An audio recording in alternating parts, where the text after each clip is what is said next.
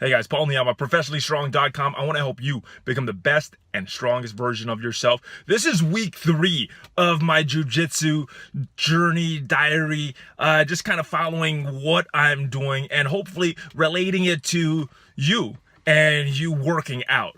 Now, the thing that I've noticed this week, my knee is actually feeling better. It's still injured, it's still a little tweaked, but it's at least back to the point where I can train with most of the drills, most of the things. There's some things that I still need to watch because I don't want to aggravate it. Some things I have to go super slow, and then some things I just totally don't do because I know what it will feel like on my knee. So it's at least back to the point where I could train, which is a good thing. I'm hoping by next week, it's to the point where I could do most drills. I am wearing a slight brace on it. It's more for compression, more to keep it warm, not too much support. It's something that I wore right after my knee surgery to help support it. It has like some plastic things on the side, so it's not metal that's helping to support my knee.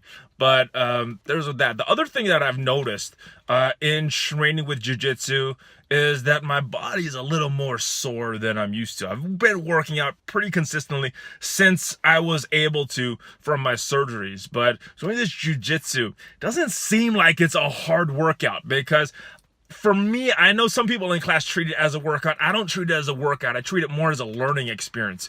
So it's not that hard of a workout, but for some reason I'm very sore when I'm doing it. The workouts that I do in the gym much harder, much more intense as far as fatigue that I'm feeling, but I don't get as sore from those, or I do in a specific place, whereas with jiu-jitsu I'm kind of sore throughout my whole body.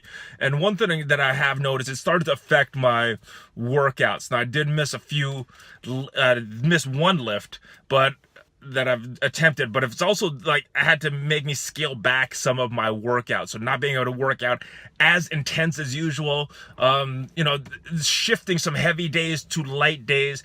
And I kind of equate what I'm doing now to in-season training. When I would play rugby and football, training in season, the goal was not so much as far as getting gains and getting stronger, getting faster, building size. It was more towards maintaining what you have.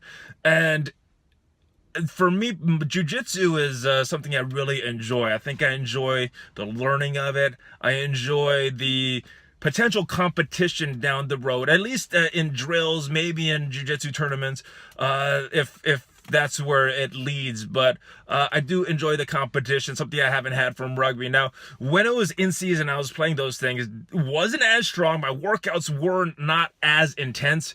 So at this point, I need to make a decision to either scale back on jiu-jitsu, which is not something I think I want to do, or to scale back on my workouts, make it more towards maintaining. I'm going to try to see how much longer I could keep doing strength gain, although I don't know how much longer it'll last. I don't think it's a smart thing to try to really get a lot of gains while you're doing an in-season type of thing. And like I said, it's not really, in jiu-jitsu, there's not really seasons. I know at my school they do a length of time where they do all with gi, and then they do another length of time with no gi, and they call that seasons at the school I'm at. But not all the schools that teach jiu-jitsu do something like that. I think pretty much every school would be different. But so, to me, there's not really a season because it's not a competition that you're doing all the time. But because I'm going there so often, it's the reaction of my body is almost like it's an in-season type of thing. So I think eventually I would have to either scale back on one of them. Right now I'm still trying to do both and see what reacts. But I think if I had to cut back on one, I'm probably going to cut back on my workouts. Not be as intense, going after some gains of strength, and maybe shift towards real slow gains or just kind of maintaining, because the way I'm feeling about the sport right now is this is something that I want to continue to do for a long time, many, many years down the road. Same thing with lifting. I'm never going to give either of these up unless I get an injury. And my main goal is to prevent those. So that's kind of what's going through my head this week. Another thing that I brought up, not really related to training, but it's just kind of an interesting thing that as a white belt, when you're they call it rolling when you're practicing and drilling and stuff, but when you're with someone that is a much higher belt, doesn't matter how strong it is, doesn't matter how athletic they are, doesn't matter how big they are, if they're good, they could literally kill you if they wanted to, and it's such a weird feeling. I mean, the good thing at my school is everybody's really nice and friendly, and it's an older crowd, and it's a lot of them are like me with injuries, so